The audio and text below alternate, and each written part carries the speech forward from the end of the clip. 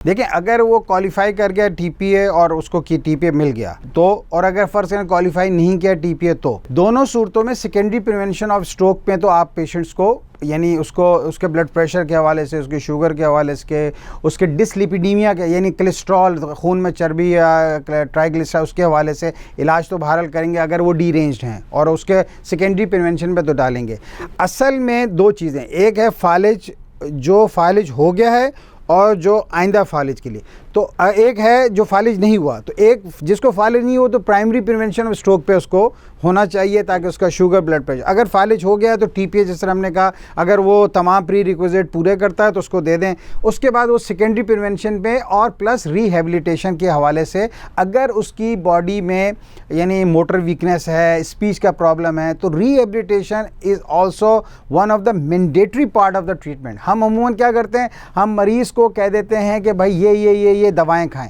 ये तो उसको अगले फालिज से रोकेगा, ये उस फालिज के हवाले से, तो उस फालिज के लिए तो रिहेबिलिटेशन जो उसकी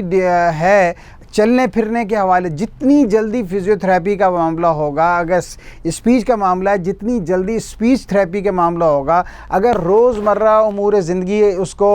नहीं देता तो ऑक्यूपेशनल थेरेपी के हवाले से मामला होगा। इसके अलावा साइकोलॉजिकल असेसमेंट, जो उसको पोस्ट स्ट्रोक डिप्रेशन बहुत ज़्यादा कॉमन हो जाता है, उसके हवाले से फैमिली और साइकोलॉजिस्ट उसके ज़रिए होगा। तो एक कम्प्रिहेंसिव ट्रीटमेंट के ज़रिए ही, एक कम्प्रिहेंसिव स्ट्रोक केयर के नतीजे में और कम्प्रिहेंसिव स्ट्रोक यूनिट की स्ट्रोक केयर के नतीजे में ही हम उस इंसान को दोबारा माशरे के अंदर एक कारामद फ़र्द के तौर पर दोबारा डाल सकते हैं। हमारी बहैसियत डॉक्टर भी और बहैसियत माशरे के एक फ़र्द के भी, ये तो ज़्यादा से ज़्यादा आगाही पैदा करें कि जिसको फालिज हो गया उसको तो बहुत ज़्यादा एहतियाती तदाबीर से और बहुत ज़्यादा बहाली आसाब की तदाबीर से गुजरना होता है, बहुत ज़्यादा एहतियात, वैसे ही ओवरऑल भी एहतियात, लेकिन अगर वो नहीं करेगा तो वो तो यानी कहते हैं क्वालिफायर है किसी भी किस्म के और कॉम्प्लिकेशन के हवाले, सिर्फ फालिज नहीं, किसी किस्म के, यानी अगर फ़र्ज़ करें उसके खाने पीने के निगलने के मामलात में मसाइल हो गए, जैसे सॉलिंग प्रॉब्लम कहते हैं, तो भाई उसको एस्पायराइड निमोनिया हो सकता है उसके अंदर, और मतलब आप फालिज भूल जाएंगे, नए मसाइल शुरू हो जाएंगे। सबसे अहम कॉम्प्लिकेशन नाक की नाली से जो खाना पिलाना वो है एस्पायराइड निमोनिया, यानी वो सांस की नाली में खुराक और वो जाने, इसलिए हम इसकी एहतियाती तदाबीर के तौर पे बहुत सादा अल्फाज में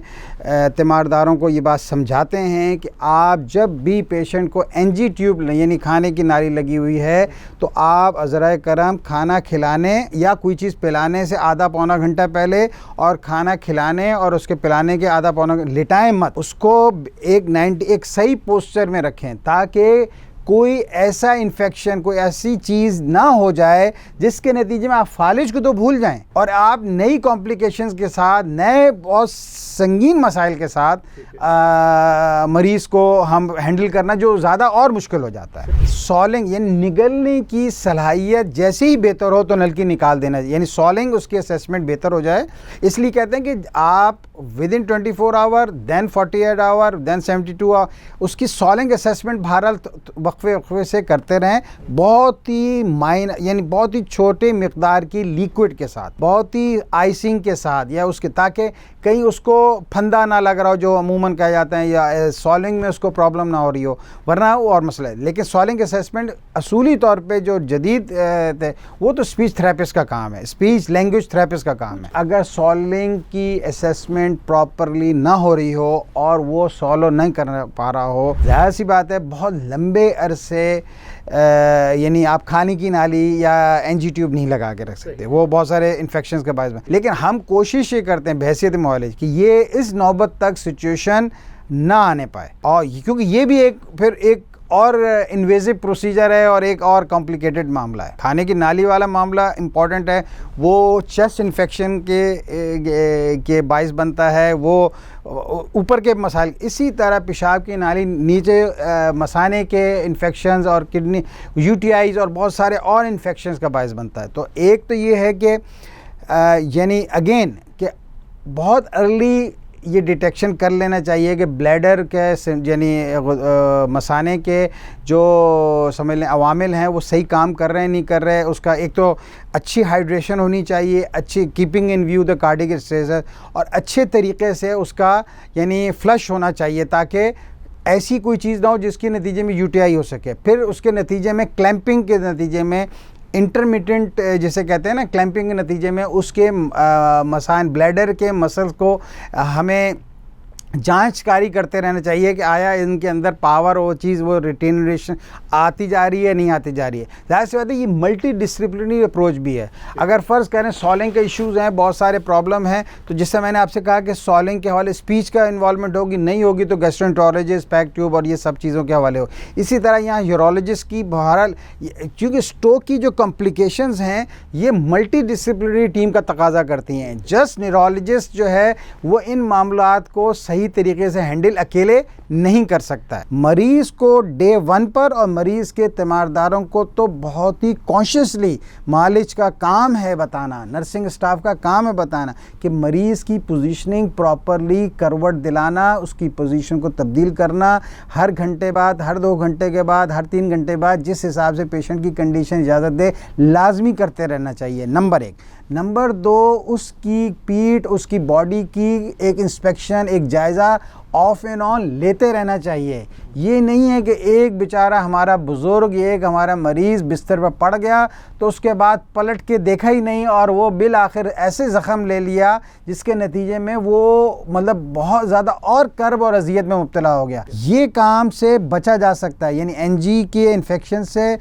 कैथीटर यानी पेशाब की नाली के इन्फेक्शन से, और इसी तरह बेड सोर से, यानी जो ज़ख़म मुस्तकिल बग़ैर पोजीशन तब्दील किए पैदा हो जाते हैं, उसको बचा जा सकता है। इसको अच्छी नर्सिंग केयर और फैमिली केयर गिवर की सही ट्रेनिंग के नतीजे में हम इन मसाइल से बच सकते हैं। अब देखें, जैसे मैंने आपसे कहा कि early mobilization is the mandatory key for the stroke recovery. जितना अर्ली उसको हरकत दिया जाएगा, जितना जल्द पेशेंट को मोबिलाइज़ किया जाएगा, जितना जल्द पेशेंट को मूवमेंट आउट ऑफ बेड किया जाएगा, उतने जल्द ये सारी कॉम्प्लिकेशन से बचा जा सकता है। और उसमें कॉन्ट्रैक्चर जिसके अंदर अगर मोबिलिटी नहीं होगी, अगर उसकी फिजियो ठीक टाइम पे शुरू नहीं हुई, अगर उसके हाथ पाँव की मूवमेंट बर वक्त और फौरी तौर पे, अल्लाह ताला ने हरकत रखी है इंसानी जिस्म में, अगर हरकत उसके नहीं दी जाएगी और जामिद हो जाएगा तो लामहला मसाइल पैदा होंगे। लिहाजा जितना जल्द मुमकिन हो, अगर मरीज़ का एक हिस्सा फालिज ज़दा हो गया तो उसकी फिजियो के ज़रिए से, उसको पावर एक्सरसाइज के नतीजे में, उसके गेट के नतीजे में, उसकी फ़िज़िकल एक्टिविटी के नतीजे में हम उस कॉन्ट्रैक्चर से उन यानी पट्ठों की अकड़ाहट या पट्ठों और जोड़ों की उसके नतीजे से बचा जा सकता है। Early mobilization is the key. देखिए, इसमें बहुत अभी भी बहुत बड़ा गैप है। देखें, हम तो अपने यानी पाकिस्तान स्ट्रोक सोसाइटी के प्लेटफॉर्म से भी, न्यूरोलॉजी सोसाइटी के प्लेटफॉर्म से भी, neurology awareness and research foundation, जो भी मुख्तलिफ प्लेटफॉर्म है, हम आगाही पे ज़्यादा, इस वक्त भी बहुत बड़े बड़ी तोहमात, बहुत बड़े बड़े, मिसाल के तौर पे फालिज हो जाए तो उसको एक्सपोजर ना दें, लपेट के रखें, कबूतर का खून लगा दें,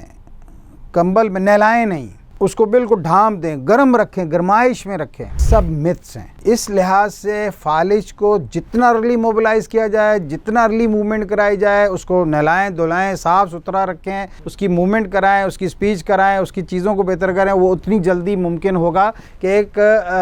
करामत शहरी, करामत इंसान, करामत माशरे का हिस्सा बन सकता है, बनिस्बत इसके कि जो हम कर रहे हैं। जिस हिसाब से पाकिस्तान में फालिज के आदाद व शुमार हैं, यानी हम बताते हैं कि जो मुख्तलिफ स्टडीज़ के नतीजे में तकरीबन एनुअली तकरीबन 3 लाख, 3.5 से 4 लाख न्यू स्ट्रोक्स होते हैं, और तकरीबन 5%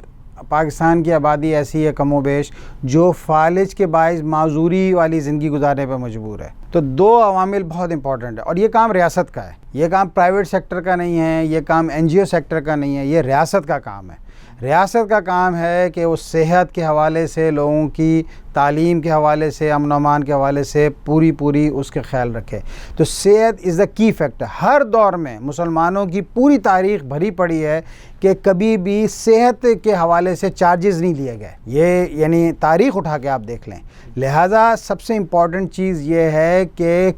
ये जो रियासत है ये अपना फ़र्ज़ अदा करे।